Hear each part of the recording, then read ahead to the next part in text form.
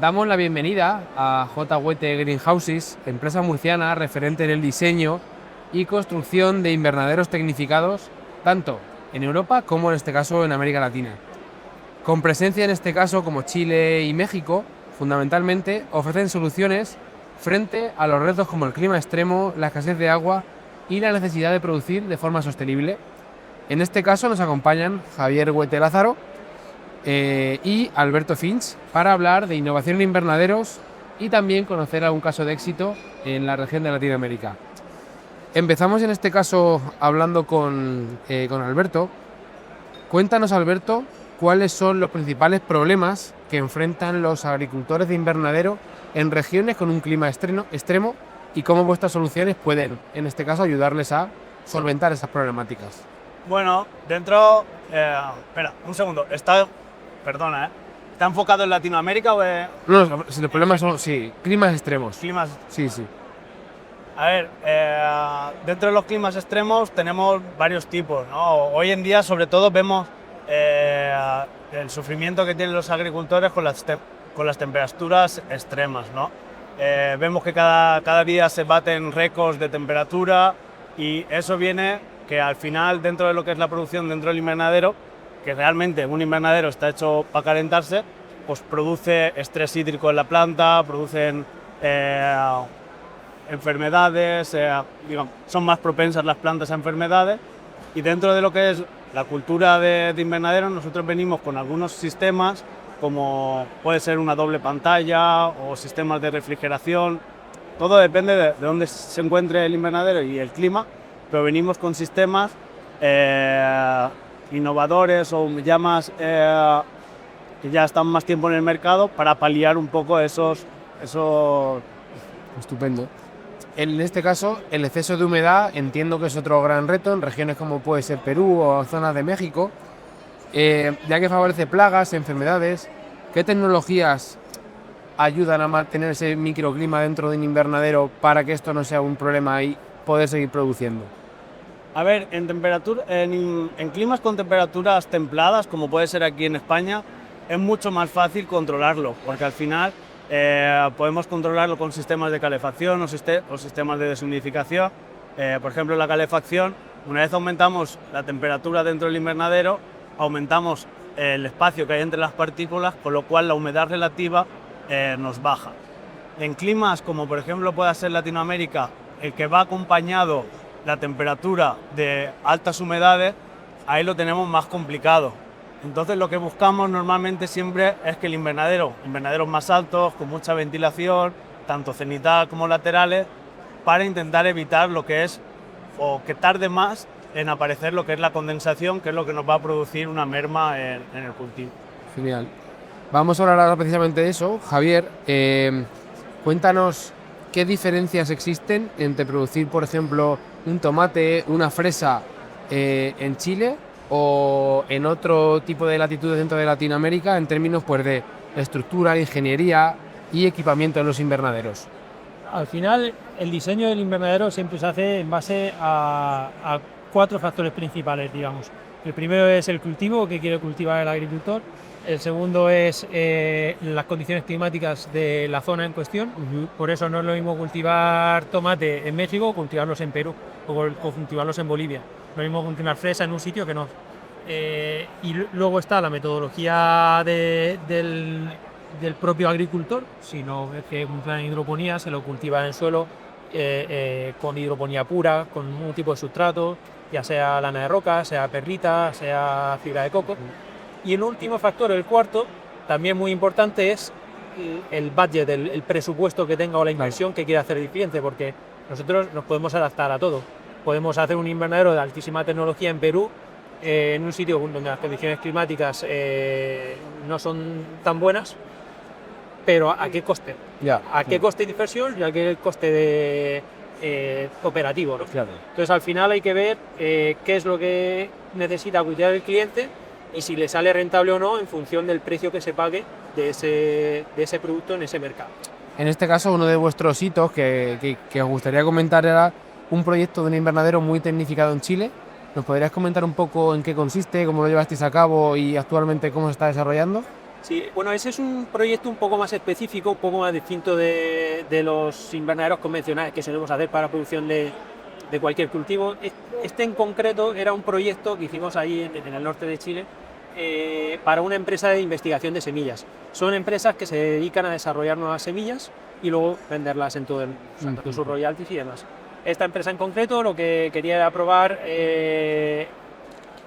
una planta específica, que no puedo decir cuál es, pero lo que quería era aumentar el número de ciclos que se podían hacer por año. Es una planta que normalmente se cultiva con un ciclo al año, y lo que querían es desarrollar las condiciones perfectas, idóneas dentro del invernadero que nosotros le hicimos, para que esa planta, que en otras condiciones al campo a cielo abierto se hacen un ciclo, se pueden hacer 3 ciclos, es decir, sacar el triple de producción bajo esas condiciones tan específicas. Para ello, bueno, pues les ayudamos desde la fase inicial del diseño. Nosotros queremos estas características de conseguir esta temperatura objetivo, esta humedad relativa objetivo durante este espacio de tiempo, con esta cantidad de luminosidad, etcétera, con unas condiciones exteriores X, y en función de todo eso desarrollamos un proyecto, un invernadero adecuado para eso, con la tecnología idónea.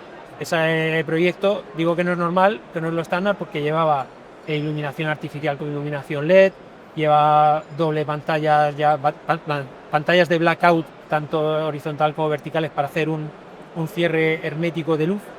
Cuando ellos querían luego poner en marcha la iluminación artificial, pantallas de temperatura, de ahorro energético, calefacción, inyección de CO2, de humidificación, riego, lleva de todo. Es un proyecto que para un agricultor normal, digamos que no es el estándar, por eso es un proyecto así más... En este sentido, Alberto, el coste energético es un factor fundamental, sobre todo, como hemos estado hablando, cuanto más te alejas de un clima ideal y te vas a un clima más extremo, entendemos que el coste energético se suele disparar, por llamarlo de alguna manera. Cuéntanos qué soluciones existen o estáis implementando para mantener esa productividad y rentabilidad ante estas circunstancias de un posible aumento de coste energético. A ver, nosotros intentamos siempre innovar, ¿no? Hoy en día está claro, sobre todo con la energía solar que está en alza, los productores, aparte, normalmente cuando hacen el patcher, ya sea de la expansión o de un nuevo proyecto, normalmente también lleva asociado, normalmente nos estamos encontrando que lleva asociado una placa fotovoltaica, ¿no? Una región que va destinada a lo que es energía fotovoltaica. La verdad es que si vamos a un productor normal, no como el caso que acaba de contar Javier, lleva un montón de sistemas, iluminación, sí, que a lo mejor una central de placas solares no consigue alimentar, pero para lo que es el productor normal, que a lo mejor lleva los sistemas de pantalla, motorización de ventana, sí que le sirve, e incluso luego, si tiene resto de energía, la podría vender, con lo cual es un beneficio más que tendría dentro de la finca. Pero tirando esa parte, nosotros venimos desarrollando con las universidades y tal, la implementación de placas solares dentro de lo que es el invernadero en sí. Esto aún estamos un poco en fase de pruebas y tal, pero bueno, ya hemos ido avanzando y cada vez hay más empresas enfocadas en ese tema de colocar, digamos, las placas solares, introducirlas en lo que es la estructura del invernadero. Muy interesante. Y en ese sentido, y para terminar, Javier, ¿qué tendencias tecnológicas y de diseño veremos de aquí a 5 o 10 años en los invernaderos, sobre todo de América Latina? Bueno, pues un poco tendremos que ver tecnologías que combatan a las principales preocupaciones que tenemos, ya no solo allí, sino a nivel general, que yo creo que es sobre todo el agua y la energía. Allí en muchas regiones de Sudamérica, de Latinoamérica en general, hay escasez de agua y sabemos que es un problema importante. Nosotros en nuestra región, en Murcia, lo ha habido desde hace muchísimos años y estamos acostumbrados a lidiar con ello. Entonces hemos desarrollado nuevas tecnologías que ahora estamos implementando en zonas como algunas zonas de Latinoamérica, donde tienen ese problema. Entonces todo lo que sea tratamiento de agua para evitar gastar innecesariamente agua, todo lo que sean tecnologías para maximizar el uso de agua con sus fertilizantes, recircular, desinfectar agua, osmosis, etcétera. Todos esos procesos, todas esas tecnologías, yo creo que a futuro irán saliendo nuevas y todo irá encaminado por ese lado. Luego también, obviamente, como decía Alberto, pues aplicar las energías renovables que ya conocemos, como pueda ser la solar o alguna otra, a lo que es el invernadero. Lo que pasa que, bueno, como decía Alberto, por lo general los invernaderos convencionales no requieren un aporte energético tan grande que impliquen el usar, sea viable a día de hoy usar la energía fotovoltaica. A lo mejor dentro de unos años, cuando se desarrollen paneles transparentes que sean más baratos de comprar y tal, sí. Que no sean incompatibles, digamos, Eso con las es. instalaciones actuales. Ahora mismo, digamos, en cuanto a energía solar, los paneles fotovoltaicos que son transparentes para no bloquear la entrada de luz al invernadero son poco accesibles porque son muy caros. Entonces nos eleva mucho la inversión y el retorno del payback, el retorno de la inversión para el agricultor se extendería mucho. Más no compensa para lo que te ahorras en el running cost, ¿no? En los costes operativos de ahorro de energía. Entonces va un poco por ahí. Adaptar las energías renovables y luego el tratamiento de Y luego, si tuvierais que mandar un último mensaje cada uno de vosotros a productores o a empresas de aquella región que estén pensando o bien en empezar a producir en invernadero o bien en modernizar instalaciones que puede que estén un poquito obsoletas, ¿qué le diríais en ese aspecto, Alberto? Bueno, lo primero y esencial que tienen que saber el producto que van a querer producir y qué salida tiene en el mercado, porque al final van a tener que tener un payback, ¿no? Como decía Javier. Y dos, que se asesoren con un equipo al final o con una empresa especialista, como puede ser en este caso nosotros, que tenemos no solo los comerciales, que somos la cara visible, sino que tenemos una ingeniería detrás, unas personas que estudiamos toda la parte de clima, qué necesidad va a tener ese invernadero. Un asesoramiento, ya sea a través de un agrónomo, ya sea a través de una empresa especializada, para hacer un proyecto acorde a las necesidades que el cliente tiene. Porque muchas veces vemos proyectos descabellados que con la mitad del valor que se gasta en ese proyecto era suficiente.